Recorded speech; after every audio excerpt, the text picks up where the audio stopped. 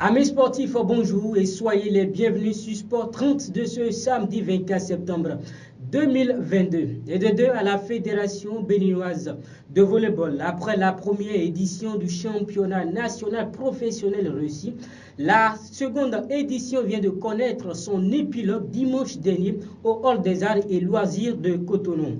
Retour sur le pilote d'une saison à succès avec un invité pas des moindres sur ce plateau, Ali Yaro, président de la Fédération béninoise de volleyball et de la zone 3. Président, bonjour.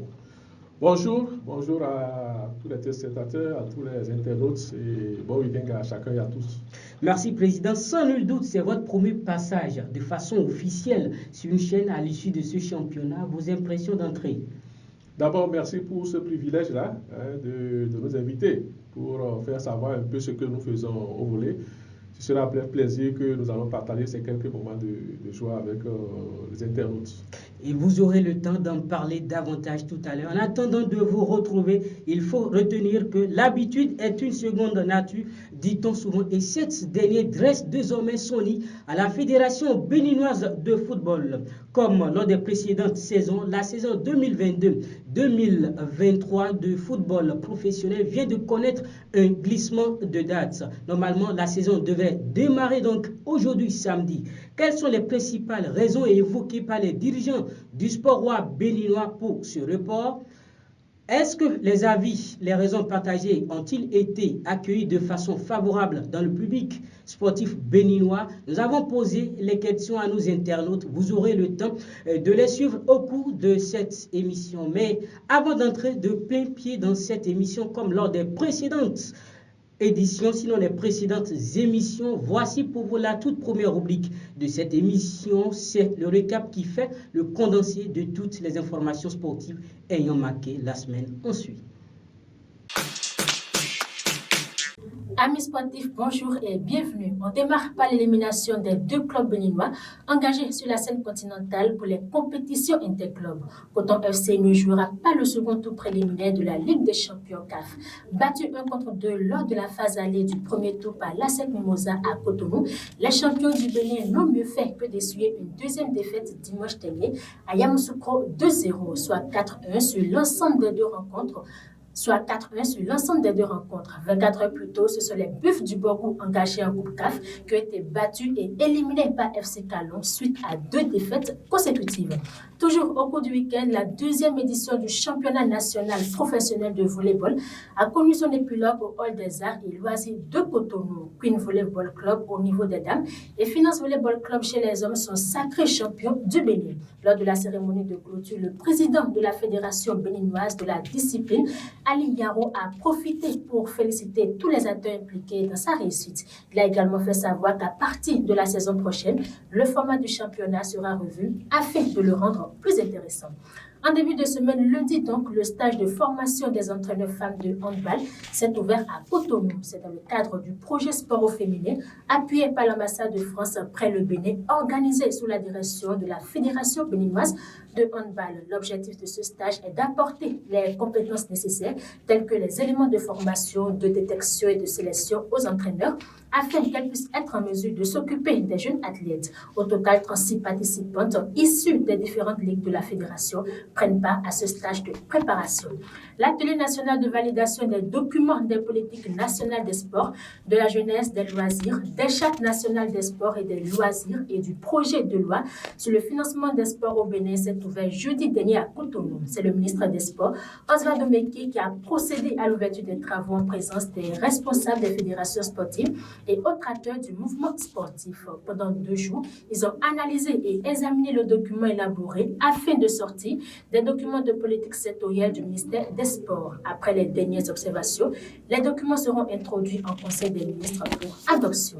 Direction l'Égypte, les écureuils Espoir y séjournent depuis mercredi dernier. C'est dans le cadre de la double rencontre amicale face à leur homologue Pharaon. La première a eu lieu ce vendredi au stade Bodegouad d'Alessandrie. La deuxième est prévue pour se jouer Lundi prochain, les deux rencontres amicales servent de préparatifs pour le deuxième tour des éliminatoires de la CAN U23 Maroc 2023, une étape au cours de laquelle la sélection olympique du Bénin va affronter en octobre prochain en aller et retour celle du Soudan. De la sélection espoir, passons à celle senior. Les écureuils du Bénin jouent cet après-midi à Rabat au Maroc les Morabitoun de la Mauritanie, un match amical qui s'inscrit dans le cadre de la journée FIFA du mois de septembre 2022. Tout comme les U23, le 11 national va également livrer une seconde rencontre amicale. À l'occasion, les écureuils du Bénin seront opposés aux barrières de Madagascar le 27 prochain, toujours au Maroc. Nous nous rendons en Europe pour finir. Les championnats du monde de cyclisme 2027 auront lieu en Haute-Savoie, dans l'est de la France. C'est une annonce de l'Union cycliste internationale lors de son congrès tenu jeudi dernier en marge des mondiaux à Wollongong en Australie.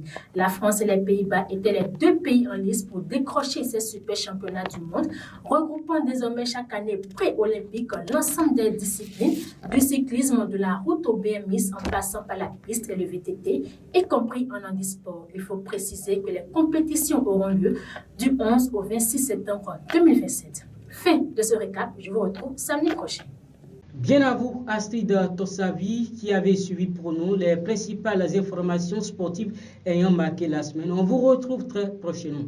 Et celui-là qu'on retrouve maintenant et tout de suite, c'est notre invité président Ali Yaro de la Fédération béninoise de volleyball et de la zone 3. On aura le temps de dire les pays qui constituent la zone 3 au cours de cette émission. Une fois encore, soyez les bienvenus dans nos murs. Allez, clap de fin de la saison professionnelle 2021-2022 de volleyball avec le Sacre de Finance Volleyball Club pour la 5e fois chez les hommes et chez les dames Cuisse Volleyball Club pour la première fois. Il faut retenir donc quel bilan faites-vous à l'issue de ce championnat professionnel deuxième saison consécutive, président Liaro? Ce bilan, nous allons le faire forcément en plusieurs étapes, à plusieurs niveaux. D'abord, sur le plan organisationnel, nous avons pu quand même organiser une trentaine de matchs au niveau des hommes et une douzaine au niveau des dames. Tout s'est bien passé. Et ensuite, à la fin, nous avons pu remplir le cahier des charges qui est de récompenser les meilleurs, en parlant des équipes, bien sûr. Justement. Ensuite, de récompenser aussi des joueurs en termes de performance individuelle. Vous savez, dans les questions de choix, il n'y a jamais d'unanimité. D'accord, mais ceux qui sont commis à la tâche ont fait de leur mieux. Et après, comme je le dis, sur le plan organisationnel, il y a forcément des choses qui n'ont pas marché. Nous avons essayé d'améliorer un peu plus que l'année passée.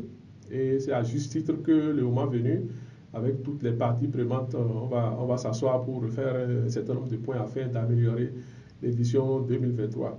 Vous allez me permettre quand même de profiter de ce auditoire-là quand même pour remercier et féliciter tous les acteurs de volleyball, tous les responsables de clubs qui, sans de gros moyens quand même, ont cru à la chose, ont cru à cette réforme-là du championnat professionnel, ont engagé des équipes à grands frais, et tous les encadreurs, les athlètes et autres qui se sont battus parce que 8 mois de compétition, ce n'est pas facile.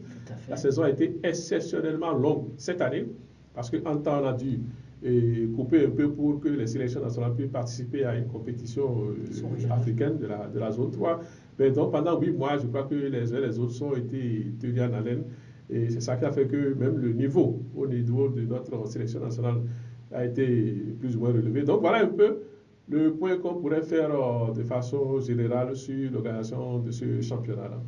Justement, je le disais, vous l'avez aussi évoqué, c'est la deuxième saison professionnelle de façon consécutive et vous essayez a priori d'évoquer les différentes difficultés, je vais dire, que vous avez eu à connaître. Quels sont de façon approximative les points majeurs qui font la différence entre cette saison et la précédente du point de vue du niveau des joueurs, des encadreurs techniques et même au sein de la fédération dont vous avez la charge? Bon, d'abord, sur le plan organisationnel, je pourrais dire tout de suite que nous avons régressé plus ou moins parce que l'année passée, nous avons eu la chance, je dirais aussi le privilège de jouer les matchs, tout à fait les matchs de Cotonou dans le rôle des arts. Alors vous êtes d'accord avec moi que depuis un moment, le rôle n'était pas suffisamment accessible. Voilà. Donc tous les matchs ont été joués dehors. Et c'est vrai qu'à la cérémonie de clôture, au dernier match, nous avons pu avoir accès à cette salle. Alors pour ce niveau de compétition, ce n'est pas bien que cela se joue en plein air. Si c'est à Parakou, à Porte-Novo, je peux comprendre. Là, il n'y a pas de salle couverte. Alors, ça a été un coup dur pour nous de voir nos athlètes de ce niveau-là jouer dehors. On espère que d'ici aux années prochaines, cela pourrait s'améliorer. D'accord. Alors, ensuite, j'ai parlé du nombre de matchs. Oui. Le nombre des équipes est resté vraiment presque le même. 15 Mais cette année, nous avons remarqué quand même que la compétition a été très dure. Déjà au niveau des dames, vous avez remarqué que ce n'est qu'à la dernière journée qu'on a pu savoir quelle est l'équipe championne. Donc c'est dire déjà que ce n'est pas une compétition qui est gagnée d'avance. Jusqu'à l'avant-dernière journée au niveau des dames, on a assisté à des situations exceptionnelles où une équipe sort du jeu après l'autre la ramène dans le jeu. Pareil au niveau des hommes, où nous avons un classement inédit cette année, cela n'est jamais arrivé dans nos sports, où les deux premières équipes avaient le même nombre de victoires, ce qui peut départager, avaient le même nombre de points, ce qui peut départager aussi après. Il a fallu que chacun prenne les calculatrices pour voir au niveau du ratio de 7 pour que l'équipe de finance ait un meilleur ratio par rapport à l'équipe d'Arada, ce qui a pu les départager. Et ce classement a été pareil à tous les autres postes où la troisième et la quatrième place, ça s'est amplement disputé. Ensuite, Finance et Police et puis Adidja aussi se sont battus vraiment pour que l'un ou l'autre ne soit pas sixième. Donc voilà un peu des points forts que nous avons retenus en termes d'engagement au niveau des athlètes. C'est la preuve alors que les entraîneurs y mettent des pour que cela s'améliore. Et bon, nous encourageons tout ce beau monde-là. Et c'est à juste titre que la Fédération béninoise de volley, au terme de ce championnat-là, pense déjà à offrir quelques cadres de formation aux entraîneurs, aux arbitres, pour qu'on commence déjà à préparer la saison prochaine. Justement, parlant des différentes formations, ça fait partie de la feuille de route que vous élaborez pour la prochaine saison. Et vous l'avez justement dit dimanche dernier lors de la cérémonie de clôture que le format du championnat sera revu pour que cela soit plus intéressant quand même à partir de la saison prochaine. Pouvez-vous nous en dire davantage? Je ne sais pas si le président a l'exclusivité, le privilège d'annoncer ce qui n'est pas encore adopté. Et je l'ai dit, d'ici à là, nous allons nous asseoir autour d'une table où la fédération, les ligues, les clubs et autres, pour que nous leur proposons un autre format de ce championnat-là. Et chacun va se prononcer, ensemble nous allons adopter. Et je crois que ce sera avec plaisir que nous allons revenir sur ce plateau. Et on pourrait vous en donner l'exclusivité. Mais je pourrais quand même vous dire que nous pourrons faire le prochain championnat en plusieurs étapes. Oui. En plusieurs étapes. Il y a une étape qui consisterait à ce qui s'est fait cette année. Ensuite, on verra bien à la fin comment faire une sorte de play-off. On trouvera toujours la formule. Vous savez, toutes les équipes veulent ça. Mais vous savez, c'est des surcharges. C'est des surcharges. Tout à fait. Nous ne donnons pas forcément grand-chose, même rien du tout aux équipes. Alors, pour pouvoir leur demander de faire encore 3 ou 4 matchs de plus, je crois que ça dépend d'eux, ça dépend de cette équipe-là. Et je crois que quand elles vont être d'accord pour qu'on se mette ensemble, ce sera avec plaisir que tout le monde constatera que quelque chose a changé positivement. Le plaisir sera également le même de vous revoir sur ce plateau pour l'exclusivité parce que j'ai compris une sorte de promesse voilée. Moi, j'ai retenu cela. Vous allez revenir sur ce plateau pour nous parler des différentes réformes qui seront acceptées de commun accord avec les différentes parties prenantes. C'est promis. Voilà, c'est quand même ambitieux, c'est innovant, c'est beau, toutes ces réformes dont vous parliez à l'instant. Comment pensez-vous que ce sera facile? Là, je parle en termes des moyens financiers. Ah oui, de toute façon, je l'ai dit en filigrane, il faut que ça soit accepté de tous, parce que ça a des surcoûts, forcément. Et puis, je vous dirais, ce ne sera pas seulement par rapport au championnat professionnel, même l'autre phase du championnat amateur que nous faisons. Oui. Je crois qu'il y a des pistes de réflexion pour que cela soit amélioré en termes d'organisation. C'est tout ça là qu'on va mettre sur la table pour échanger. Donc, je vous dis, en termes de moyens, forcément, il faut qu'on aille retrouver des ressources additionnelles. Il y a des gens qui nous appuient, ça, je ne peux pas vous le cacher, mais ce n'est pas forcément à hauteur des attentes. Vous avez vu, nous avons donné le premier prix, c'est 1 million de francs CFA. Tout à fait. Le deuxième prix, 500 000 francs par agent. Et puis, bon, on aurait bien voulu multiplier ça par 5. Donc, c'est en fonction des entrées. Et ces entrées, nous les souhaitons vivement pour la saison prochaine. Et toutes les fois que ça va arriver, je crois que nous allons appuyer un peu plus les responsables du club qui souffrent. Ça, je ne vous le cache pas. Un déplacement sur Parakou pour aller faire un match, je sais à peu près combien ça peut coûter. Une équipe de Parakou qui doit venir ici à Cotonou ou à Porto-Novo pour jouer, je sais à peu près ce que ça peut coûter. Donc, il est normal que la fédération trouve quand même les moyens d'accompagner. Ça ne va pas être à 100%, mais il faut quand même aider les clubs à nous aider. Président Ali Yaro, félicitations pour ce beau parcours que vous avez fait jusque-là. Vous êtes un homme de créativité, un homme qui ne cesse d'innover toujours pour le rayonnement de la discipline dont vous avez la charge. Le 8 janvier dernier, à l'issue de votre réélection, vous avez placé votre mandat sous le signe de la continuité. Et parmi les promesses faites, vous essayez de dire que vous ferez de votre mieux pour que le volleyball fasse partie des classes sportives. Vous allez poursuivre le dialogue. Où en êtes-vous aujourd'hui, même si c'est quelques mois qui nous ont séparés de janvier? Ah oui, bon, vous savez que la sport, ce n'est pas nous qui décidons. Justement. Et la seule façon pour nous de mettre la pression au gouvernement, c'est de travailler, c'est d'améliorer ce que nous faisons, pour amener les responsables, les autorités à se dire qu'il y a quelque chose qui se fait et qu'il faille qu'ils accompagnent. Donc c'est dans cette logique que nous sommes. Et avec le peu que nous avons, nous essayons, comme je l'ai dit, dans nos championnats, de nos activités, d'être un peu plus professionnels. Je l'ai dit aussi la dernière fois à l'OCOSA, le championnat amateur, nous avons envie que le championnat amateur soit professionnel, et que les uns et les autres ne regrettent pas d'être dans un format ou dans l'autre.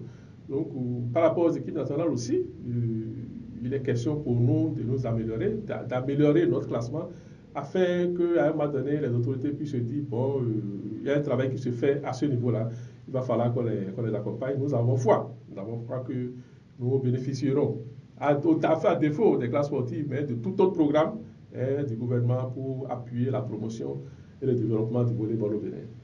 Avant les classes sportives dont le gouvernement a le monopole, il y a également une catégorie qui dépend, je vais dire, de la fédération, c'est les compétitions prenant en compte les catégories d'âge.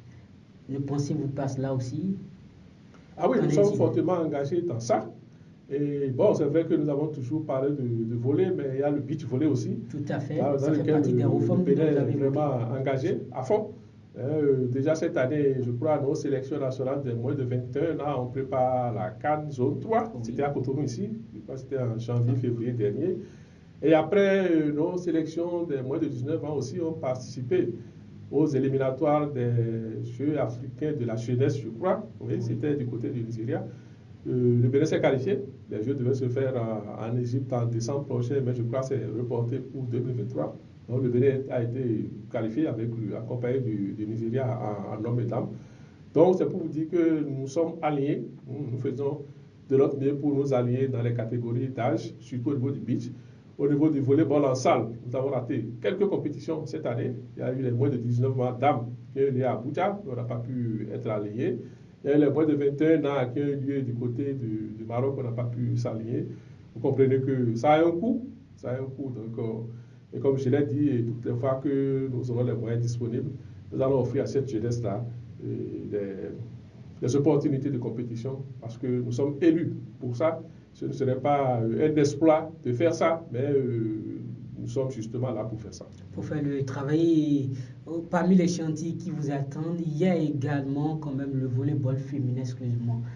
Ne pensez-vous pas, sinon, quelles sont les discussions dans les coulisses pour promouvoir le volleyball au Bénin féminin? Oui, bien sûr. D'abord, vous pouvez remarquer 4 équipes féminines seulement pour le championnat professionnel, à côté de 6 chez les hommes. Donc, c'est pour vous dire que déjà, en termes de mobilisation, à ce niveau-là, c'est pas si facile que ça. Et mieux, c'est partout. Les réseaux sociologiques font en sorte que ce n'est pas toujours évident de rassurer les uns et les autres pour une participation des jeunes filles surtout aux activités sportives. Et bon, chacun y travaille de son côté. Nous avons quelques pôles de sensibilisation à ce niveau-là pour amener les jeunes filles à s'adonner à la pratique du volley, à d'abord aimer cette discipline-là, voilà, parce que le plus difficile, c'est de donner le goût à la pratique. C'est ça aussi, justement, le bien fondé des classes sportives. Donc, c'est ça. Donc, c'est de donner le goût. Et après que les enfants aient le goût, après que les parents se mettent en confiance, après que les enseignants même se disent que, bon, ces élèves-là, il faut les orienter quelque part. Je crois que dès qu'on aurait balisé ça, le reste, l'élite est là pour récupérer tout ça là et les résultats se feront sentir toujours dans les années qui suivent. Président Ali Yao, je rappelle à nos téléspectateurs qu'en plus du poste de président de la fédération que vous dirigez, vous êtes également le président de la zone 3, qui prend en compte 6 nations, le Niger. Oui, plus précisément. Oui, plus précisément désormais. Il y a le Niger, oui, le Bénin, le Togo, le Ghana, la Côte d'Ivoire, le Nigeria, le Libéria et le Burkina Faso. Voilà. Grâce à votre leadership, plusieurs compatriotes occupent désormais des places au niveau des instances régionales et continentales du volleyball. Une autre manière de révéler le volleyball béninois pour vous? Ah oui, vous étiez certainement là le 8 janvier, je crois, pour l'élection de la fédération. Dans notre programme, nous avons été clairs que nous allons promouvoir les cadres béninois à l'extérieur, dans les instances. Donc c'est un combat. Si vous êtes seul quelque part, ça n'apporte rien au pays. Alors, c'est dans ce sens-là qu'il y a certains de nos compatriotes qui se distinguent par le travail qu'ils font. Ils ont la Confédération africaine de volleyball a pu devoir leur faire confiance. Nous avons le Dr Baba Sissé, qui est dans la commission légale, là où toutes les décisions juridiques se prennent au niveau de la Confédération africaine de volleyball. Vous avez un de vos confrères qui dirige la commission presse et médias de la zone 3, Foulérou, voilà. Oui, tout à fait. Et un certain nombre d'autres compatriotes aussi, le docteur Aboudogbe, qui est dans la commission de développement, et Mme Grace Serre, qui est dans la commission, non, le docteur Aboudogbe, je crois que ça doit être dans la commission technique, et Mme Grace Gouda dans la commission de développement. Je ne sais pas si j'en oublie, mais de toute façon, ça fait partie des actes à poser qui vont réjaillir sur même les performances sur le terrain. Quand nous avons été élus président de la zone, pour notre objectif, c'est au-delà d'être le leader administratif de la zone, nous avons dit qu'il va falloir que notre pays soit aussi un leader technique en termes de classement de ces sélections. Et si vous devez atteindre ce résultat-là, vous devez travailler avec toutes les parties. Et que ce soit entraîneurs, que ce soit les arbitres, que ce soit même le sponsoring, que ce soit les autres acteurs directs ou indirects, vous devez travailler avec tout cela. Vous devez pouvoir les promouvoir à juste valeur, pour que toutes les fois que vous travaillez en équipe, toutes les fois que vous êtes ensemble, le résultat doit être bon. Merci, Président Ali Yao. Vous restez avec nous pour aborder la dernière partie de cette émission. Et je l'annonçais à l'entame, donc, si la Fédération béninoise de football n'avait pas reporté le démarrage du championnat, le coup d'envoi de la saison 2022-2023 serait donné tout à l'heure même sur un stade. Dans un communiqué en date du 15 septembre dernier, le secrétaire général de l'instance Claude Paqui a annoncé le report avec regret, dit-il, du démarrage du championnat professionnel. Comme raison évoquée, il dit, je cite, « Les négociations sont en cours avec les autorités de tutelle afin de trouver une solution aux questions de subvention au salaire des arbitres. » Fin de citation. Derrière ces raisons, le public sportif dénonce plutôt une habitude qui se répète chaque saison. Un fait qui intervient à un moment où les deux clubs béninois engagés dans les compétitions CAF n'ont pas franchi le premier tour préliminaire. Comment cela est-il perçu? À quoi rime-t-il? Nous avons posé la question à nos internautes. Suivons ensemble leurs réactions. Déjà, c'est déplorable que nous assistons une fois encore à ce genre de choses. Revenons aux arguments par rapport à la subvention. Ça ne tient pas la route, déjà parce qu'on a toujours démarré les championnats au Bénin avant que les subventions ne tombent. La dernière fois, les subventions sont venues en masse. Alors, pour que les subventions de l'année prochaine tombent, il va falloir que le budget 2023 soit voté. Parce que ça va venir du niveau du gouvernement. C'est toute une procédure. Alors, va-t-on attendre décembre ou janvier ou février avant de démarrer le championnat? Je ne crois pas. Bon, là, c'est pas bon, c'est pas nickel parce que le fait que de programmer les choses et après de reporter encore, ça décourage. En fait, ça décourage. Ça dépend. Vous voyez, les joueurs se préparent déjà pour une date et après on dit que c'est reporté encore. Et en fait, ça décourage. Ça décourage, oui, c'est un peu ça. Et moi, je peux dire à notre fédération de changer parce que ce n'est pas la première fois ni la deuxième fois. Chaque année, cela se passe. Mais je ne dirais pas directement que les raisons ne sont pas fondées, car c'est toute une fédération et dans un regroupement des gens capables de défendre la cause pour laquelle ils sont là. Alors je dirais simplement peut-être que c'est un rassemblement dont on ignore. Ça dit l'organisation dans le championnat béninois n'est pas ce qu'il doit être, quoi. Vous voyez les exemples des joueurs qui ont joué la compétition africaine. On signe un contrat d'1 an, le contrat fini, on recommence, on ne sait pas quand ça va. Le championnat a fini il y a 4 mois déjà. Regardez, demandez un peu, on reporte encore. Nous souhaitons vivement que les décideurs prennent conscience que le football nourrit actuellement son homme et que nous sommes professionnels de football, on ne vit que de ça. Le championnat est reporté. Moi, je pense que la raison évoquée par la Fédération béninoise de football n'est pas du tout fondée. C'est pas pour cette raison-là qu'on peut reporter un championnat. Je crois que personne n'a forcé la Fédération à annoncer cette date. Si elle a annoncé, elle devait tenir parole et essayer de mieux faire les choses que dans les années antérieures. Je crois qu'aujourd'hui, reporter le championnat, c'est se mettre les bâtons dans les roues parce qu'à chaque fois qu'on le fait, ce sont des sponsors qui tournent dos au football béninois avant même qu'on se rapproche d'eux. Donc il va falloir que la Fédération béninoise de football puisse revoir sa copie dans ce sens-là pour le meilleur du football béninois. Comme vous-même vous venez de le dire là, ce n'est pas une surprise pour nous. Parce que c'est la maladie de tous les jours pour le football béninois.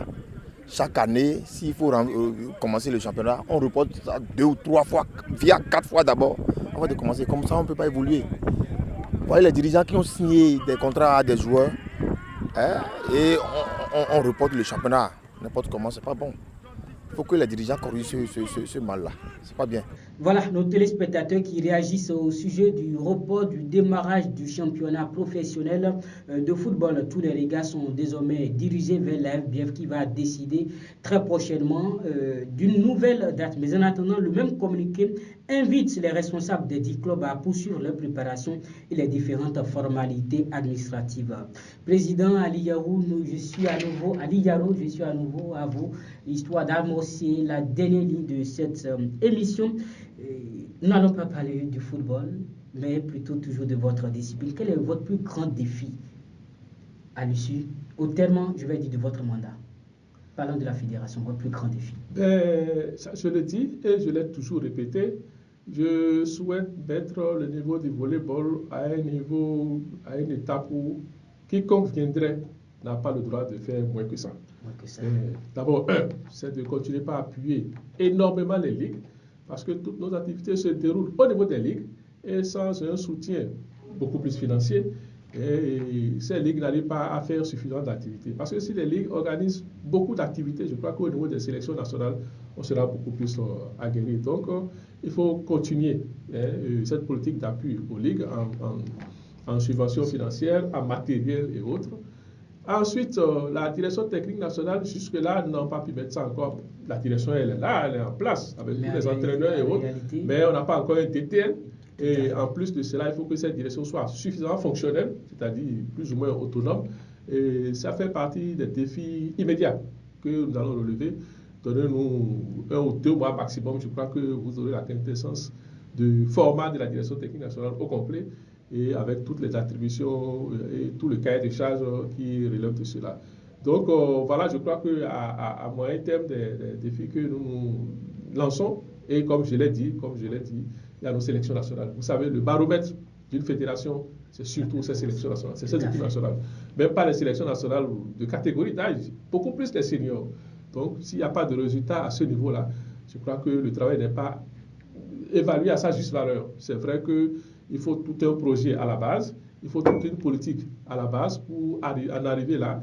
Mais quand vous faites tout ça et qu'au niveau des sélections nationales, les résultats ne suivent pas, c'est comme si à la base vous ne faites presque rien. Donc c'est pourquoi de temps en temps, sinon très souvent, nous avons un clin d'œil, nous suivons de très près ces résultats-là, et pour nous c'est un objectif que les résultats à ce niveau soient vraiment améliorés. Quels sont les derniers résultats de la sortie de vos sélections nationales, à part la zone 3 à Abidjan récemment? Oui, bien sûr. La dernière compétition, c'était celle-là. Donc, c'est sur ce classement-là que nous restons. Le Bénin 3e au niveau de la zone 3 sur les 8 pays, en homme comme en dame. Tout à fait. Voilà. Une compétition remportée par le Ghana. Par le Ghana en homme et dame. Voilà. Suivi du Mali en homme et puis du Mali aussi en dame. Voilà. Président Ali Yarou. Bien entendu, le Mali n'étant pas dans la zone 3, le Mali est pays de la zone 2, mais a souvent souhaité participer aux activités de la zone 3 en tant que pays invité. Voilà, mais pays invité qui sait quand même tailler la part belle. Qui a bousculé un peu voilà. Président Liao, nous allons conclure cet entretien. Ce fut un grand plaisir de vous avoir à nos côtés ce samedi. Bien, merci à vous. Merci pour ce qui se fait. Si vous ne nous aidez pas à dire ce que nous faisons, c'est exactement comme si nous ne faisons rien. Bien, nous allons faire l'effort de vous offrir de la matière par nos activités pour que vous puissiez être toujours à nos côtés. Nous vous rassurons également que c'est un devoir. Nous ferons le minimum, le nécessaire de notre côté pour vous accompagner et pour révéler davantage le sport béninois au plan national, pourquoi pas à l'international. Allez, amis sportifs, c'est pratiquement la fin de cette émission. Sur ce plateau, nous avons reçu le président de la Fédération béninoise de volleyball, Ali Yao, et président également de la zone 3. Merci à tous pour l'attention et retenez que les écureuils du Bénin jouent cet après-midi. Les Mourabitounes de la Mauritanie à Rabat, c'est au Maroc. C'est dans le cadre de la journée FIFA du mois de septembre. Président Ali Yao, vous aimez également le football? Votre pronostic pour ce match rapidement? C'est vrai que c'est un match test, que le Bénin joue bien. Le Bénin joue bien au-delà des résultats techniques qu'on va avoir sur le terrain, que le Bénin joue bien. Le plus important pour nous, c'est les autres matchs de qualification de la CAN. Succès au Bénin. Succès au Bénin, voilà. Vive le sport béninois, vive les écureuils du Bénin. Stop et fin de Sport 30 de ce samedi. Je vous retrouve la semaine prochaine. Plaisir à Dieu.